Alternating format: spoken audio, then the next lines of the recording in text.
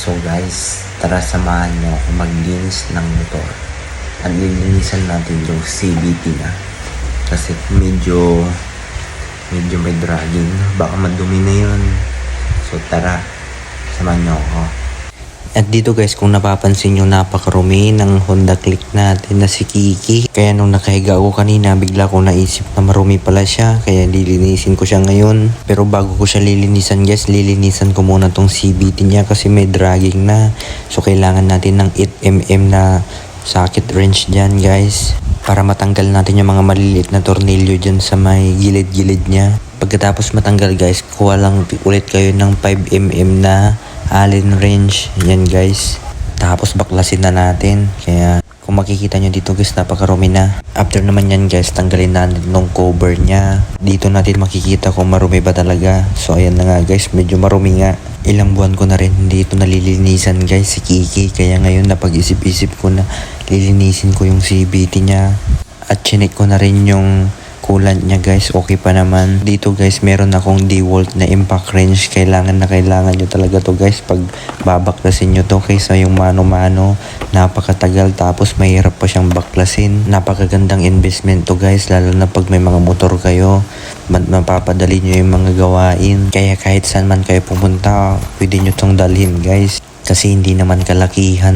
Mura lang naman ang pinagbili ko dito guys. Hindi naman naabot ng 2,000 to. Kaya kung ako sa inyo, bili na rin kayo nito. So ang gagamitin natin dito guys na 19mm na wrench. Yan guys. So bali papasok natin yan dyan. So after nyan guys, ipapasok natin yan sa may pinakahuli, dyan sa may bell niya. 19mm yung sukat nyan. Tapos kailangan din natin to guys, yung white tools para hindi siya gumagalaw pag nini-impact wrench natin. Kaya maganda pa rin pag kumpleto ka talaga kaysa magpaka-mekaniko ka. Napakamahal ngayon guys magpalinis ng CVT. 300 pesos nga yung palinis dito guys ng CVT, o diba napakamahal. And guys, so napakabilis lang talaga kaysa yung mano-mano napakatagal. At dito naman tayo sa unahan guys, kailangan natin dito ng 22mm na wrench. So bali ipapasok natin ulit dyan guys. Oh, diba guys, napakabilis lang ng gawain. Pag mano-mano yan siguro sobrang tigas niyan. So pagtatanggalin na natin to isa-isa guys.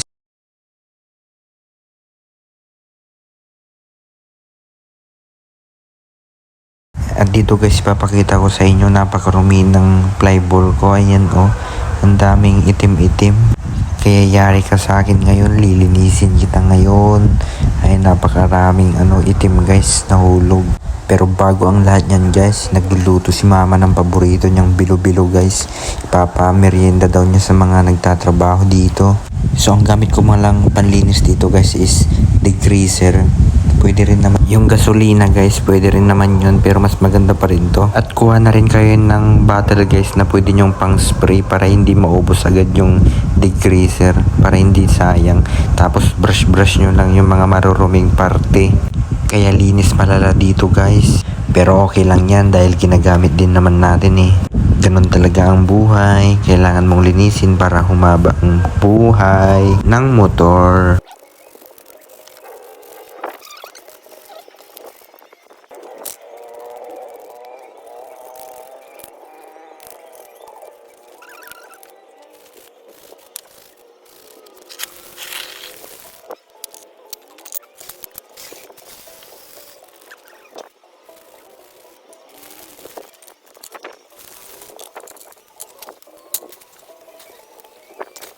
After ko mabanlawan guys, ito naman pupunasan ko para matuyo na siya. Bali isa-isa mo siyang pupunasan guys. Dahil hindi pwedeng basa na ikabit to guys. Kailangan talaga tuyot na tuyot. At dito guys, dadamay ko na rin to nalinisan kasi madumi na rin talaga to. Brush 3 times a day. Charot lang. Syempre hindi mo naman ginagawa yun 3 times a day. Kaya kailangan habaan mo ang pasensya mo dito guys, lalo na dito sa mga singit-singit na mahirap linisin. Kailangan mo talaga matanggal lahat ng mga alikabok niyan guys. At ito na nga siya guys, nung pagkatapos malinis, so diba natanggal lahat ng mga alikabok niya. Nabanlawan ko na rin yan at pupunasan ko naman siya na ngayon ng tuyot na damit. Pagkatapos nyo mapunasan lahat yan guys, check nyo agad kung may mga pwede nang palitan ba or may mga nasira na. Parang itong belt ko guys, medyo malapit na to guys. Pero pwede pa naman to guys kasi maliit pa lang naman yung crack niya.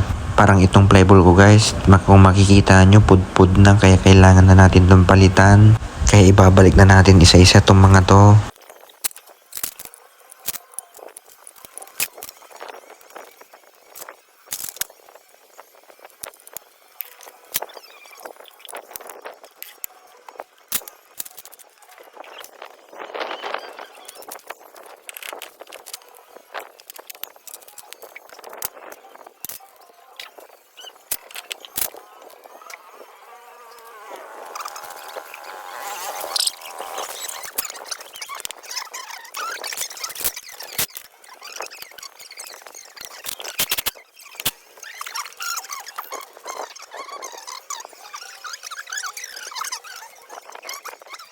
Okay, and guys, nakabit ko na lahat. Ayan, tapos na siya. So, ngayon naman guys, lilinisin natin ng buong motor. Iwa-washing natin to guys. Kita nyo naman yung dumi at alikabok ko. Kaya tara, samahan nyo ako mag-washing dito.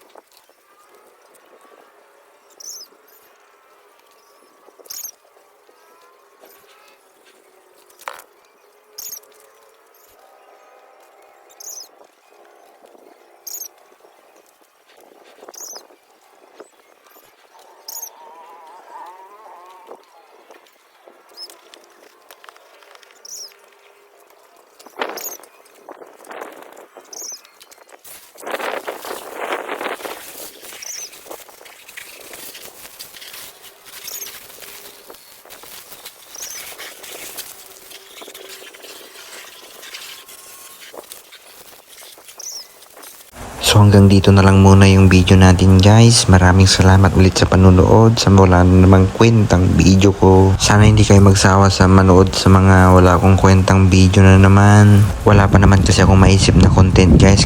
Kaya ito muna, a day in my life. Kaya nasayang ko na naman ang inyong 7 minutes ng inyong buhay guys. Maraming salamat ulit.